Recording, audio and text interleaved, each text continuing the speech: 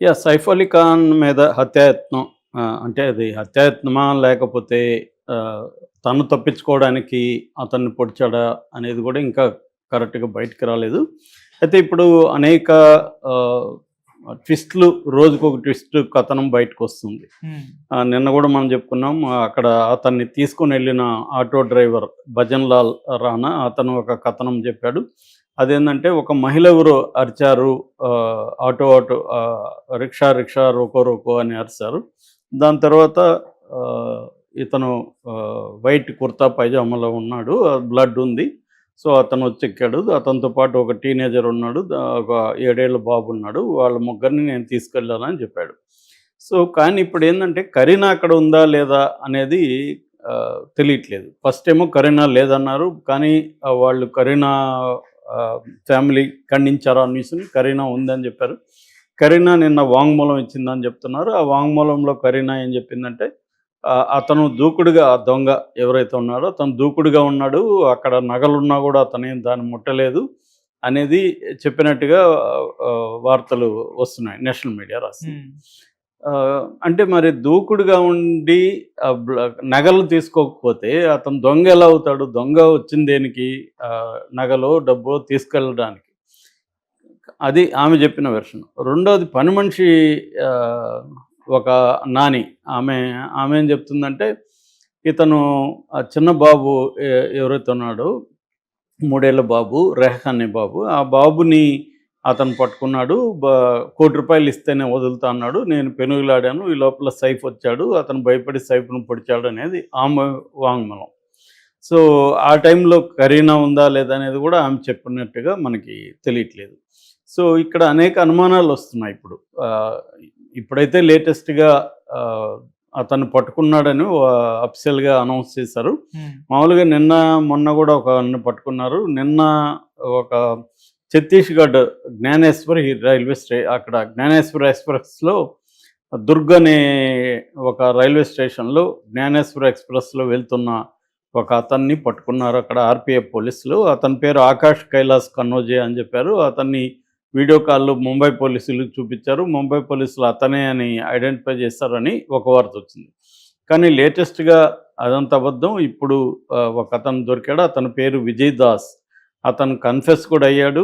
నేనే అతన్ని పొడిచానని. అతను ఒక రెస్టారెంట్‌లో వెయిటర్‌గా పనిచేస్తున్నాడు అనేది మాత్రమే ఇప్పుడు చెప్తున్నారు. అతను ఎందుకు పొడిచాడు? నిజంగా దొంగతనం కోసమే వెళ్ళాడా? అనేది ఇంకా కన్ఫర్మ్‌గా పోలీసులు చెప్పలేదు. హ్మ్. అయితే ఈ లోపల నేషనల్ మీడియా అక్కడ ముంబైలో జరిగింది కాబట్టి నేషనల్ మీడియా దీని మీద రకరకాల కథనాలను ప్రచారం చేస్తుంది. అందులో ఒక స్టోరీ ఏందంటే సైఫ్ అలీ ఖాన్‌కి చాలా మందితో ఎక్స్‌ట్రా మ్యారిటల్ అఫైర్స్ ఉన్నాయని మెయిడ్‌తో గూడా ఇంట్లో పనిచేసే ఒక మెయిడ్‌తో గూడా అతనికి ఉందని. ఆ మెయిడ్ బాయ్ ఫ్రెండే ఇతనని ఈ విజయదాస్ అనే అతను. సో, అతనికి అనుమానం వచ్చి అతను నిఘా వేశాడని, నిఘా వేసి నాకు ఇది జరుగుతుందని అతనికి తెలిసి అతను కోపంతో వచ్చి సైఫ్ అలీ ఖాన్‌ని చంపడానికే ఈ పని చేశాడనేది ఒక వార్త.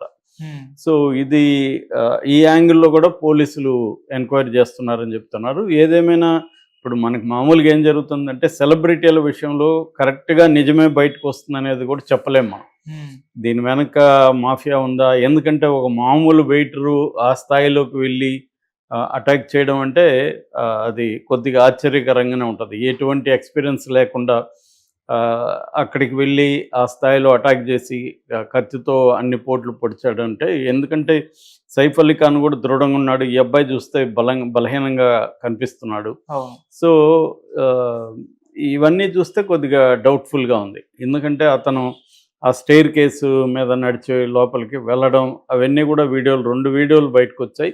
దాని తర్వాత లేటెస్ట్‌గా ఇంకొక వీడియో వచ్చింది. అదేంటంటే 12థ్ అతను ఒక మొబైల్ షాప్‌కి వెళ్ళి మొబైల్ ఏదో కొంటున్నట్టుగా ఒక వీడియో వచ్చింది. ఆ మొబైల్ షాప్ వాళ్ళని కూడా విచారిస్తున్నారు. అక్కడున్న సీసీటీవీలంతా గూడా ఫుటేజ్‌నంతా గూడా పోలీసులు పరిశీలిస్తున్నారని చెప్తున్నారు. దాదాపు 2 డజన్ల మంది బృందాలు దీని మీద పనిచేస్తున్నట్టుగా చెప్తున్నారు. ఈవెన్ దయానాయక్ లాంటి ఎన్‌కౌంటర్ స్పెషలిస్ట్‌ని గూడా దీంట్లో రంగంలో దించారు. ఒక పక్క క్రైమ్ బ్రాంచి, క్రైమ్ ఇంటెలిజెన్స్ ఇవన్నీ గూడా పనిచేస్తున్నాయి. ఎందుకంటే ఇటువంటి సెలబ్రిటీల మీద అటాక్ అంటే బాంబేలో మొన్న ఆ మధ్య కూడా ఒక రాజకీయ నాయకుడిని చంపారు. ఆల్రెడీ సల్మాన్ ఖాన్‌కి సీరియస్ థ్రెట్ ఉంది. సో, రకరకాల గ్యాంగ్స్ ఆపరేట్ అవుతుంటాయి ముంబైలో. అందులో మాఫియా ఉండొచ్చు, లేదా రిలీజియస్ గ్యాంగ్స్ ఉండొచ్చు. రకరకాల గ్యాంగ్స్ ఉంటాయి కాబట్టి దీని వెనక ఏమన్నా ఉందా? అంటే ఎక్స్‌టార్షన్ అనేది కూడా ఒక రెగ్యులర్ మోడస్ ఆపరండి. ఎక్స్‌టార్షన్ కోసం మనుషుల్ని బెదిరించడం. హ్మ్. సో, ఆ రకంగా ఇతన్ని డబ్బులడిగి ఇతను ఈకపోతే ఒక శాంపుల్ కోసం ఇతన్ని అటాక్ చేసి చూపించారా అనేది కూడా ఒకటుంది. అలాగే రిలీజియస్ యాంగిల్ కూడా ఉంది. ఎందుకంటే తైమూర్ అనే కొడుకు పేరు పెట్టడం పట్ల కొన్ని హిందూ సంఘాలు వ్యతిరేకిస్తూ ఆ మధ్య కూడా ఇతనికి వ్యతిరేకంగా స్టేట్మెంట్లు ఇవ్వడం అవి చేశారు. హ్మ్. సో, ఆ రకంగా ఏమన్నా హిందూ సంఘాల వాళ్ళు దీని వెనక ఉన్నారా అన్న డౌట్ కూడా ఉంది.